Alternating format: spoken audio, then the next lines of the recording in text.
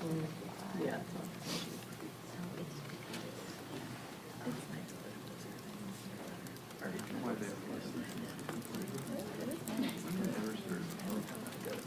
It's so.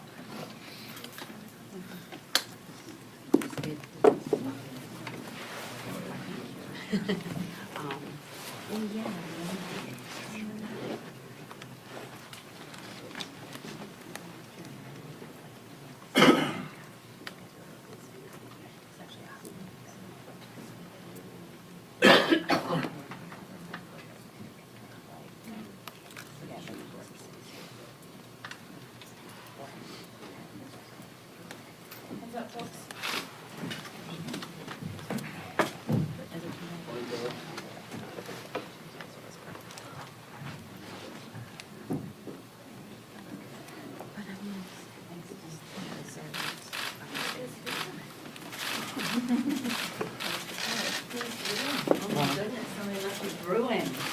Good morning, everyone.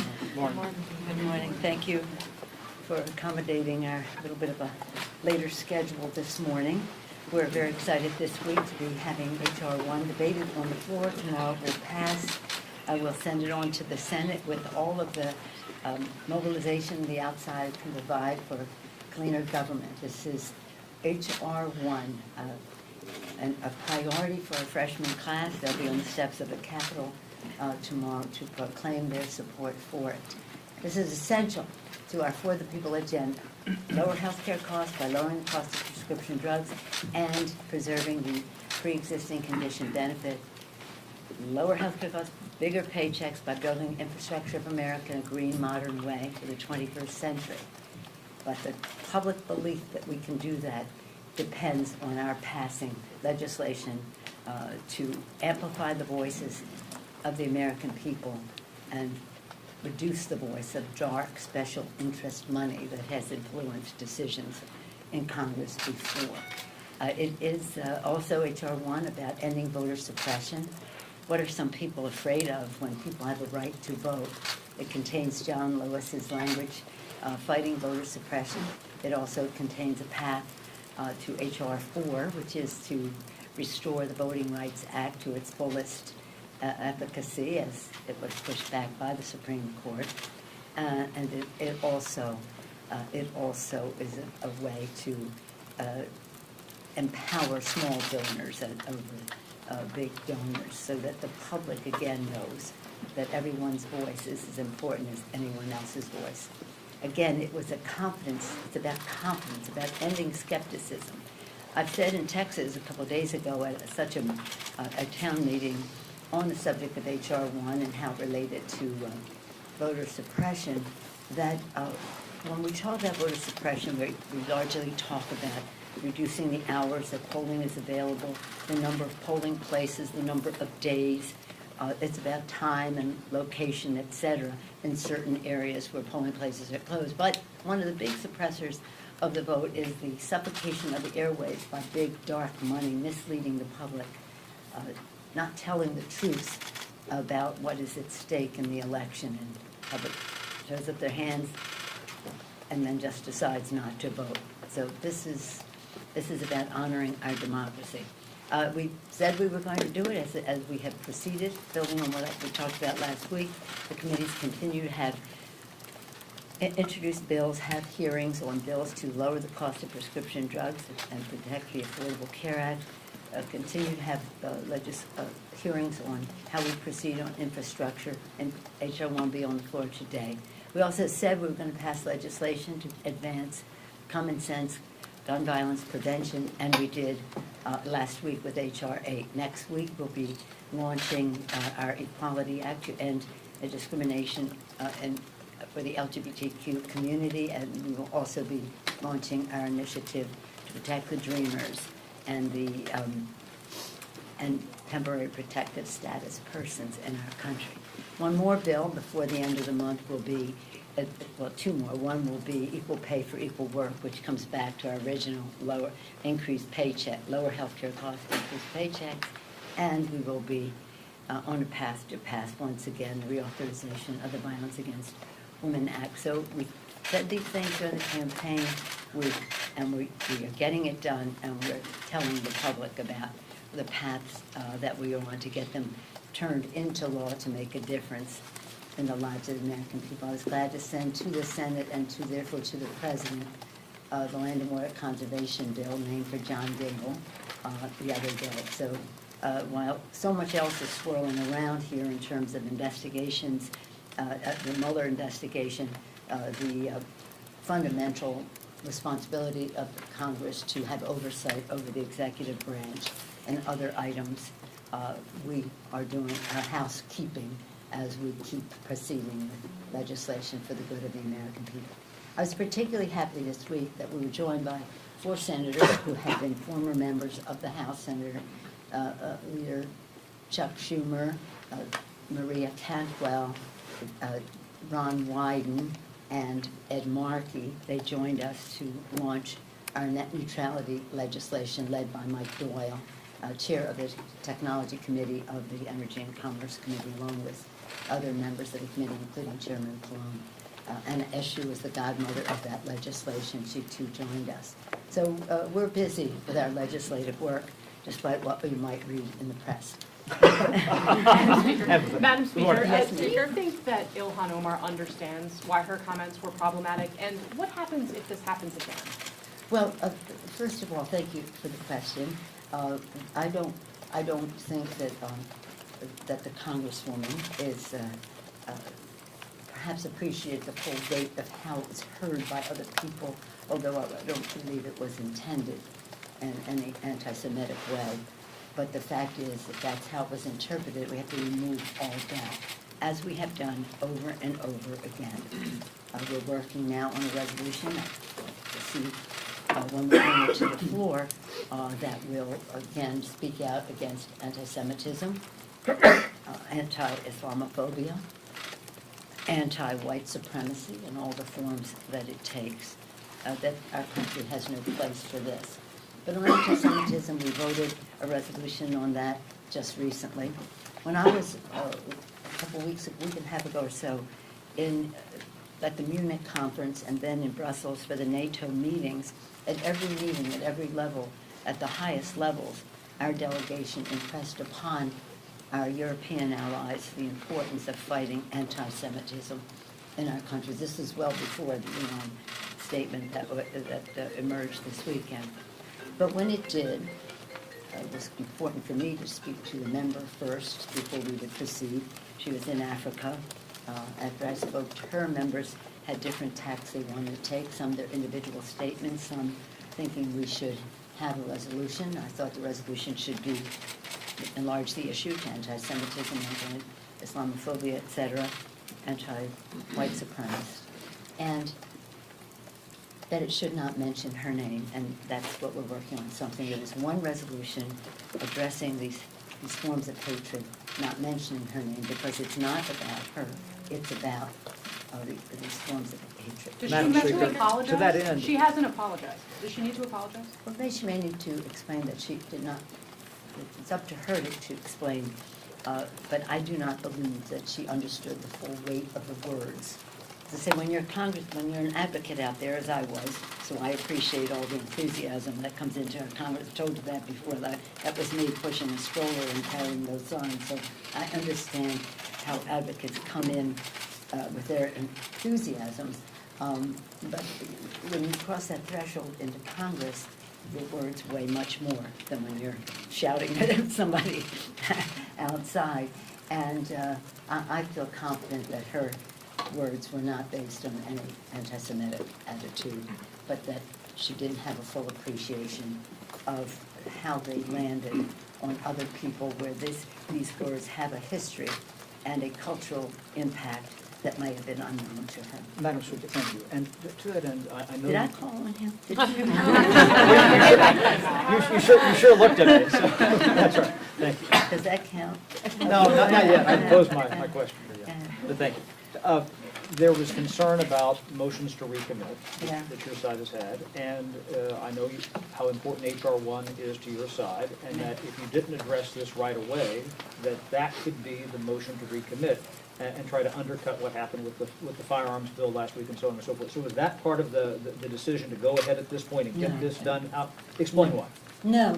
The Republicans will never fail to have their xenophobic motions to recommit, as they did last week. It doesn't matter whether we have a resolution or not. So this has nothing to do with that. This has to do with I see everything as an opportunity. This is an opportunity once again to declare strongest possible opposition to anti-Semitism, anti-Muslim statements, anti-white supremacist attitudes. The president may think they're good people on both sides. We don't share that view. So it has nothing to do with that. However, I do grant you that the Republicans will try to put these kinds of statements in their motions to recommit. But that's housekeeping. That's not policy. Yes, ma'am. Yes, sir. Obviously, Leader McConnell was very opposed to H.R. 1. Yesterday, he said, "I believe we can actually win elections against people who vote for this." Do you think H.R. 1 puts any pressure on some of your members in purple districts? No. In fact, many of the members in the purple districts are the ones who are the strongest proponents for H.R. 1, so I appreciate your question. H.R. Who is, what the senator is saying, and with all the respect in the world for his leadership role, he has also said the problem is not that there's too much money in politics, Mitch McConnell said, it's that there's not enough money in politics. Well, we vehemently, completely, thoroughly disagree. But it's about money in politics and what how that destroys the confidence people have in the political process, but also it's about voter suppression. And so whatever they say, what they are voting, when they say they're against H.R. 1, they are against removing obstacles of participation to voting in our country. How do you explain that to our founders? I did everything in my power, founders, to make sure that people did not have access to the polling place. Those who were eligible to vote, and to be sure that they could vote and that their vote would be counted as cast. I don't know if you were here when I announced my Too Hot to Handle Club, I think it was last week. We just have to make some of these issues too hot to handle in the public. The shutdown of government was too hot to handle. When we go past the Violence Against Women Act, which is coming up again, we made it too hot to handle because the Republicans would not bring it up in the House. So along the way, the public weighing in on this, overwhelmingly the public supports removing voter suppression, lowering the role of big, dark, special interest money in politics, and again, respecting the rights of those who are eligible to vote, and have it be counted as cast. Madam Speaker, The House launched investigations on Trump. What kind of evidence does the House right now have on Trump to launch all these investigations on him? And couldn't this possibly be an overreach and No, essentially no, cause a this is backlash? our constitutional responsibility evidence to on have this, though? oversight over the executive branch. And the evidence that they will have is what they will gather doing the oversight, bringing truth to the American people. So there's no evidence yet? I salute the committee for the action that they have taken. If we were not to exercise oversight over the executive branch, we would be delinquent in our duties. Madam Speaker. Speaker. Madam Speaker. Madam Madam Speaker. We're currently operating under extraordinary measures because we've reached the deadline for the debt limit. What's the current plan to either raise or extend the debt limit, and are these There's conversations? a few more days for that, don't we, isn't it? We're working End of under April. extraordinary measures right now. Well, according to the Secretary of the Treasury, those extraordinary measures will go until September or October. Let us hope that long before that, we will have lifted. Does that mean it's not an urgent problem? It doesn't mean it isn't urgent, it just means that we have to address it. Everything is urgent here, right? This is urgent, but everything is also an opportunity to have a giant civics lesson for America as to what the role is of government, of each of the branches of government, and the extraordinary nature of the president usurping the constitutional powers of the legislative branch, Article 1, immediately following the preamble. And that's why we were so pleased that we were able to succeed in passing that legislation. Oh, did I mention that? Under the leadership of Joaquin Castro. And now it's in the Senate where the senators are asking the president to withdraw. Madam Madam Speaker, Speaker. can you address, Usurpation of the Constitution of the United States. Madam Speaker, Madam can you Speaker. address the dangers of policing speech? You have spoken about this previously this year, when one of your members used an expletive to describe the president. Sorry, I understand the question. Earlier this year, when one of your members used an expletive to describe the president, you said you weren't going to be policing speech. And I wondered if you could talk about the wisdom of, or the dangers of policing the speech of your members. Well, we're not policing the speech of our members. We are condemning anti-Semitism, anti-Islamophobia, and we are condemning white supremacy. So that is what we are doing. And everybody who engages in that kind of speech, we will condemn. People using expletives, go up with expletives, use expletives. You want to police his language? I'm more concerned about what he does to hurt children at the border, to degrade the air that our children breathe and rest. I'm more concerned about his policies than his personality or his language. But nonetheless, if we're cleaning up everybody's language, we could start in the